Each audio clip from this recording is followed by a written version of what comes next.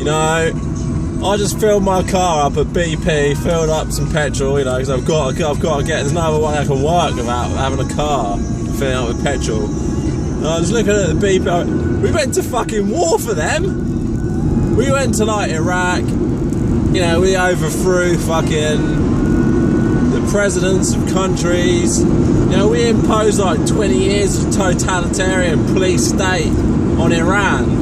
So those fuckers could keep on pumping. I just don't understand the level of destruction that we have to go through to get oil, which in itself is destroying the planet anyway. It's like a fucking triple-fold, multi-layered fucking levels of destruction. It's just unreal. I just don't understand it. We went into a war so I could fill up my car with petrol. That's just stupid. I think of, like, you know, Iraq. Is there any other reason we went to Iraq in the first place? Is there any other reason that the first Gulf War happened, the second Gulf War? There's going to be a third Gulf War.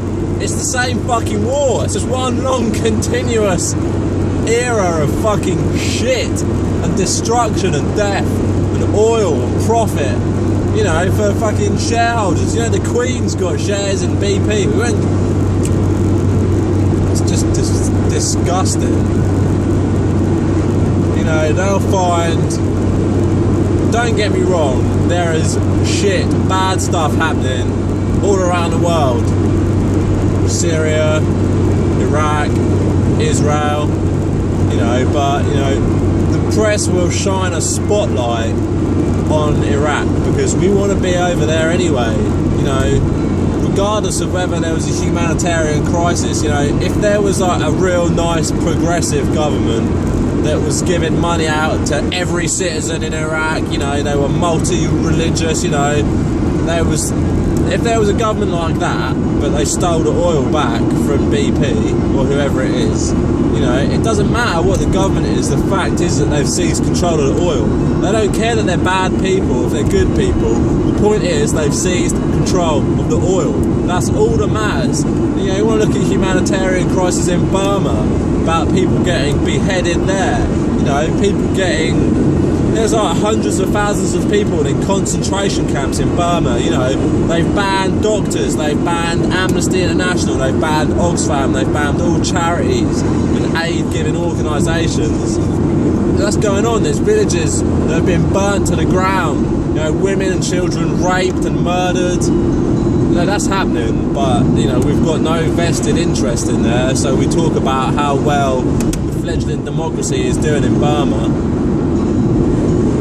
I mean, ISIS, you know, they're just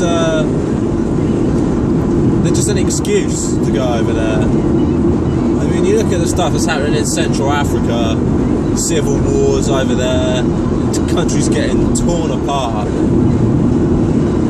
We don't intervene there. Look at Saudi Arabia, they follow the same extreme Islamic doctrines that ISIS follows. You know, they behead people in Saudi Arabia, like for petty crimes. You know, they stone women to death for being adulterers. You know, they follow the same Sharia law that we are like determined to stamp out from ISIS. But, you know, with Saudi Arabia, they're selling us cheap oil. You know, we're selling them arms, they're keeping our arms business in continuation, and they're giving us cheap oil. They let our multinational corporations go over there and take the money. Now, the money's not coming, the money from Saudi Arabian oil, that's not going to the people of Saudi Arabia, that's going to like some shareholders in the city of London or New York or wherever. So the reason that they've got that Islamic rule in Saudi Arabia is to keep the people stamped down so the people won't rise up and take back what's theirs. You know, that's what they've done in Iraq. The people have, maybe not the people, but ISIS have risen up and been like, you know, this is our fucking country. You know, we're going to take back what's ours. So it works, you know, to like denounce Islam extremism in one country where we've got vested interests, but you know, where our interests are already being served, we don't need to speak out against this, like the brutal Saudi Arabian regime. You know how much money British aerospace have made out of Saudi Arabia, you know, the arms for oil deals, you know, that Margaret Thatcher made up billions, 10s, 20, 30 billion. We're just pumping arms over there. You know, no one gives a fuck. They got a terrible human rights record, second only to Iran apparently.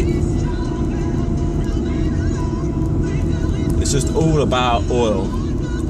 If you don't believe that, you know, they can persuade anyone of anything with the amount of media they pump into people's brains. You know, I've got people that I know that live in a village which is 99% white, and they're moaning about Sharia law, Muslims coming over here, and you know, we can't serve pork anymore. I'm like, has the local shop stopped selling pork? Are there Muslims in the local school? You know, are there Muslims on the council trying to impose Sharia law? No, there's not. I haven't seen a single Muslim where I live. I don't know any Muslims, but people somehow think it's a defining political, you know, agenda. You know, people think that's real. It's not. It's just been put into your heads.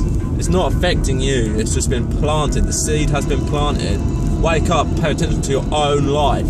Don't pay attention to the, you know, the level of consciousness that the media is putting into your brain. Attune yourself to your own consciousness. Look within yourself and find your own consciousness, your own true beliefs. You know, and then you'll realise the things that we're doing, the agendas that we're pushing are wrong on so many levels. I'm Colby Smith. Subscribe to this video.